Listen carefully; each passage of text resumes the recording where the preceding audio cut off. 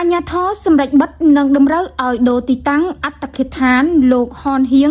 នៅខណ្ឌជ្រោយចង្វាក្រោយបង្កផលប៉ះពាល់បរិស្ថានរ៉ាំរ៉ៃ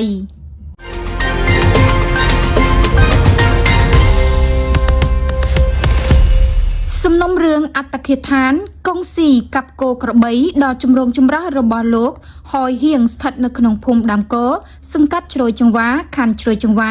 បានឈានមកដល់ចំណុចបញ្ចប់ផ្នែកផ្លូវច្បាប់បន្ទាប់ពីរដ្ឋបាលរាជធានីភ្នំពេញនិងរដ្ឋបាលខណ្ឌបានចេញសេចក្តីសម្រេចចុងក្រោយឲ្យបញ្ឈប់អាជីវកម្មនៅទីតាំងបច្ចុប្បន្នត្រឹមថ្ងៃទី13ខែមេសាឆ្នាំ2026យោងតាមលិខិតចុះថ្ងៃទី11ខែកុម្ភៈឆ្នាំ2026របស់រដ្ឋបាលរាជធានីភ្នំពេញបានបញ្ជាក់យ៉ាងច្បាស់ថា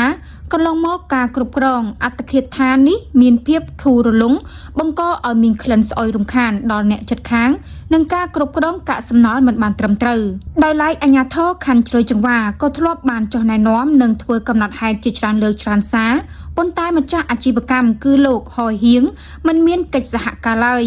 លើពីនេះតាមការរាយការណ៍ពីប្រជាពលរដ្ឋក្នុងភូមិដើមកោកុងស៊ីនេះបានបង្ហូរទឹកស្អុយលាយឡំដោយមានឈាមសត្វចូលទៅក្នុងដីឡូអ្នកជិតខាងបង្កឲ្យមានការលំបាកយ៉ាងខ្លាំងក្នុងការរស់នៅ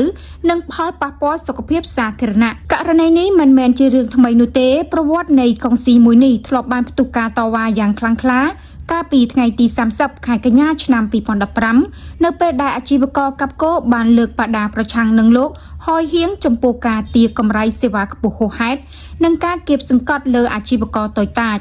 ការនោះអាជីវករបានចោទប្រកាន់ថាម្ចាស់កុងស៊ីបានជំរិតទារប្រាក់សពគ្រប់បែបយ៉ាងចាប់ពីការចូលកាប់រហូតដល់ការលក់ឆ្អឹងនិងស្បែកគោដែលធ្វើឲ្យពួកគេរកស៊ីខាតបង់វ៉ាន់ក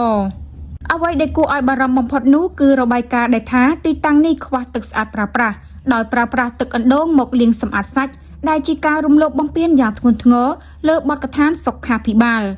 យោងតាមលិខិតអនុញ្ញាតបង្កើតអត្តឃាតដ្ឋានអាជ្ញាធរបានរបស់លោកហយហៀងមានសុពលភាពតែ5ឆ្នាំប៉ុណ្ណោះដោយចាប់ផ្ដើមពីថ្ងៃទី13ខែមេសាឆ្នាំ2021និងត្រូវផុតកំណត់នៅថ្ងៃទី13ខែមេសាឆ្នាំ2026ក្នុងសេចក្តីជូនដំណឹងរបស់រដ្ឋបាលខណ្ឌជ្រោយចង្វានិងរដ្ឋបាលរាជធានីភ្នំពេញបានសង្កត់ធ្ងន់ថាមិនអនុញ្ញាតឲ្យបន្តអាជ្ញាប័ណ្ណនៅទីតាំងចាស់ទៀតឡើយម្ចាស់អាជីវកម្មត្រូវស្វែងរកទីតាំងថ្មីដែលសមស្របនិងមិនមានផលប៉ះពាល់ដល់ប្រជាពលរដ្ឋផុតកំណត់ត្រឹមថ្ងៃទី13ខែមេសាឆ្នាំ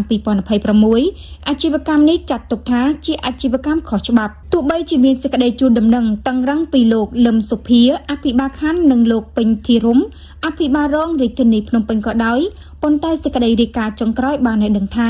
ទីតាំងនេះនៅតែបន្តដំណើរការជាធម្មតាប្រជាពលរដ្ឋក្នុងសង្កាត់ជ្រោយចង្វាកំពុងទទូចស្នើសុំឲ្យអាជ្ញាធរមានសមត្ថកិច្ចចុះអនុវត្តវិធានការរដ្ឋបាលឲ្យបានម៉ឺងម៉ាត់បំផុតដើម្បីបញ្ឈប់ការបង្ហូរទឹកស្អុយនិងឈាមដែលកំពុងបំផ្លាញបរិស្ថានរស់នៅរបស់ពួកគេជារៀងរាល់ថ្ងៃ